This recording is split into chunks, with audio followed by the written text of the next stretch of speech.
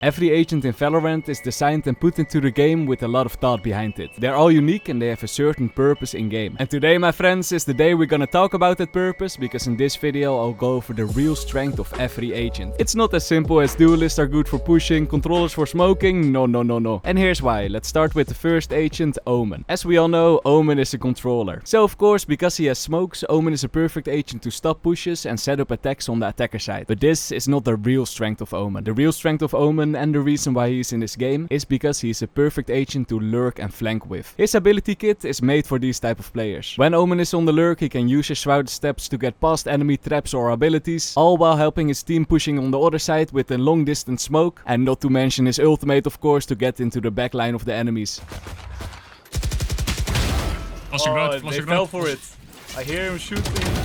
So yes, the real strength of Omen is to lurk with and help your teammates from a distance. The next agent we're gonna talk about is also a controller, but a very different type of controller, and that's Brimstone. The real strength of Brimstone is not to go solo like Omen, but instead to set up an attack and push together with his team. The reason why Brimstone needs to stay with his team is because his smoke range is not that big. But in trade for that, compared to Omen, he has an extra smoke and they stay a little longer when he puts them down. So his smokes are way more valuable when pushing with his team. Combine that with the stim beacon and maybe even his ultimate in lamps, and that's where Brimstone really shines, my friends. Another agent that's really strong together with his teammates is Harbor. Harbor is actually more designed as a support agent than a kill agent. His kit is full of abilities that don't necessarily kill the enemies, but give you and your teammates a lot of control. This is a little different from Brimstone, because Brimstone is designed to play with his team and also get some kills with his ultimate and molly, but the real strength of Harbor is to play with his team and create as much control over an area of the map and win the round like that. A controller that's completely the opposite of Harbor is Viper. Even though yes, you can help your team with your wall and your smokes, the kit of Viper is more designed to make kills herself. Every ability of Viper does damage in one way or another, so I would say the reason why Viper is in the game is to have a controller that also is able to output some damage. Next controller, Clove. Clove actually got put into this game with a very specific reason, and that's to create a frontline smoker. Riot developer John Konsicki explained this in a short. Basically, a lot of people don't like to play smokes, but when every one of your teammates is looking in Duelists and Sentinels, some aggressive players are forced into the controller role and they suddenly need to play from the backline. But with Clove, this is very different. In some fights, when the ultimate is ready, Clove is actually forced to push in first. In this round, for example, if my teammate Cypher pushes in first and he dies, I won't be able to use my ultimate anymore. So to make good use of my ulti, I had to push in first, and that's how we won the round.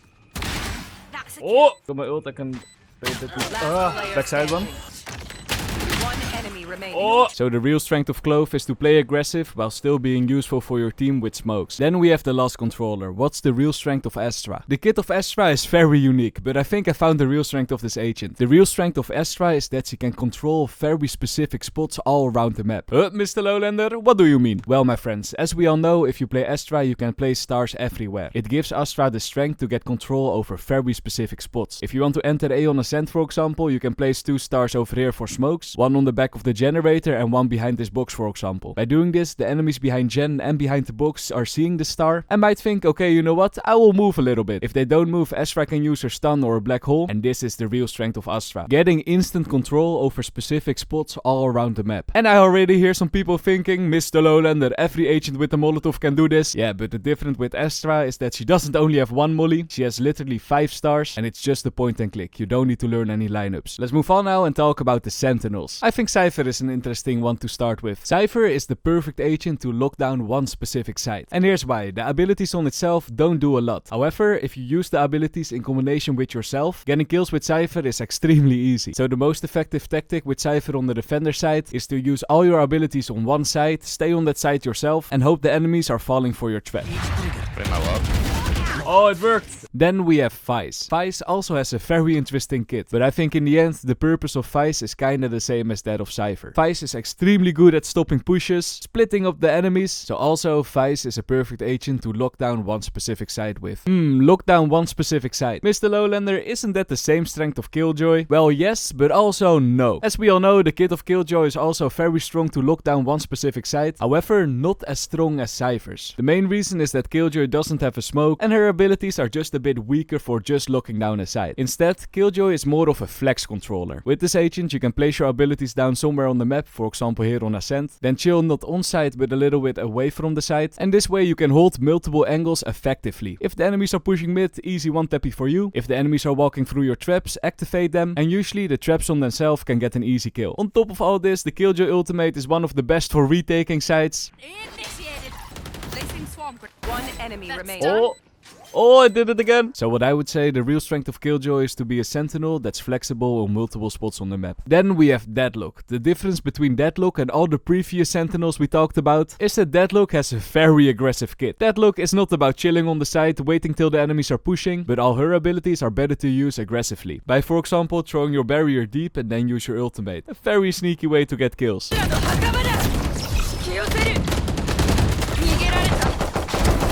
So play Deadlock if you want an aggressive Sentinel. Next Sentinel, Chamber. Honestly, the real purpose why Chamber is in this game has nothing to do with him being a Sentinel. This agent is just purely designed for the operator players. And I would say that that's his strength. You don't have to spend a lot of money on his abilities. That's if you don't miss all your Q shots. He has an instant escape with his teleporter. Chamber is designed for the operator players. Let's move on now with Sage. I think the real reason why Sage is in this game is very different than how we use her. She of course is designed as a support agent. She's good at stopping pushes, stretch time, heal your teammates, revive your teammates. But how we do use her is like this.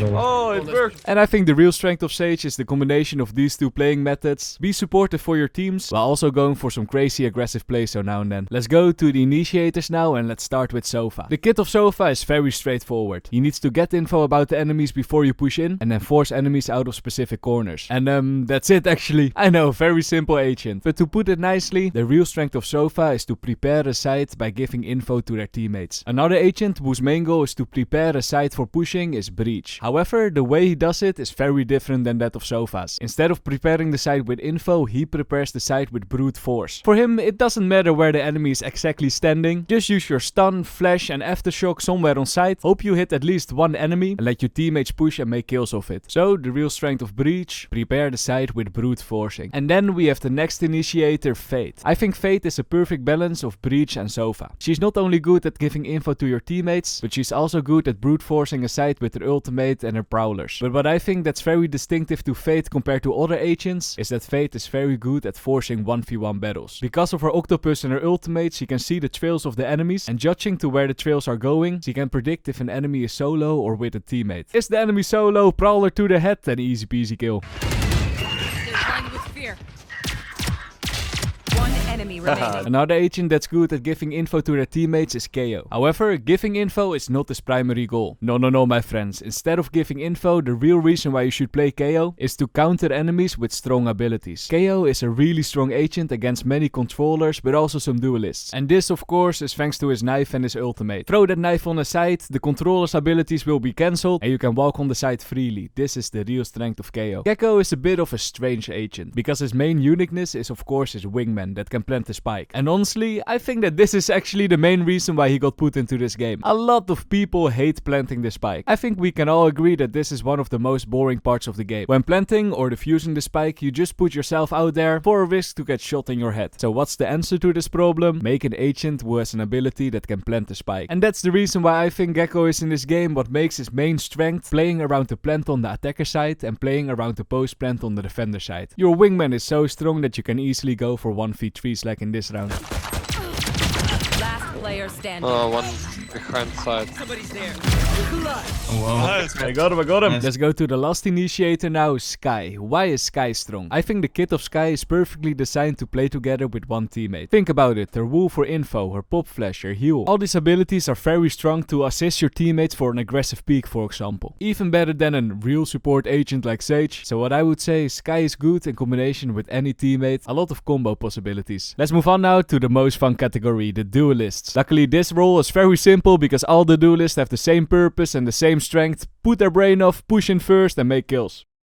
Nah, just kidding, of course. Every duelist has a unique strength, and let's start with Yoru. But first, if you learned anything new at this point, don't forget to subscribe to the channel. At 750,000, I will do a setup tour. We're almost there, my friends. Now let's talk about Yoru. Yoru has a very cool kit that's based around outplaying the enemies. With Yoru, it's not all about aim and getting the first kill. No, my friends. It's all about positioning, using your teleport at the right time, and outsmarting the enemies. And because of these outplay possibilities, Yoru is actually a pretty hard agent to get into and learn to play, but when done correctly, you can make some amazing plays. So the real strength of Yoru is his ability to outplay the enemies. The strength of the next duelist, the Jett, is also to outplay the enemies, but not like Yoru. The outplays of Yoru are very tactical based, while the outplays of Jett are very mechanical based. Instead of outplaying the enemies with clones and teleports, the Jett players need to move as quick as possible, all to get on an unexpected spot and kill the enemies before they even have time to react. And this, my friends, this is the strength of Jett. A duelist that's completely the opposite of Yoru and Jett is Reyna. With Reyna, you don't need to think about ability combos. All you really need to think about is your positioning, decision making, and your aim. And this is the exact reason why this agent is put into the game. It's for those players that don't really want to think about their abilities, but instead want to shoot on some heads. But this, my friend, is also the strength of Reyna. If you're warmed up and you're able to connect your shots, you're probably gonna get more than 20 kills each game. Her abilities are perfect to get multiple kills in a round. However, if you're playing bad, good luck getting 5 kills, because then your abilities won't help you at all. Next duelist, Raze. What's so special about Raze is that every ability of her does a lot of damage. With Raze, you don't need to have good aim to make kills during a game. You don't even need to be good with the satchels. I mean, just look at this clip. I mess up my satchels so much, but I still get the kill.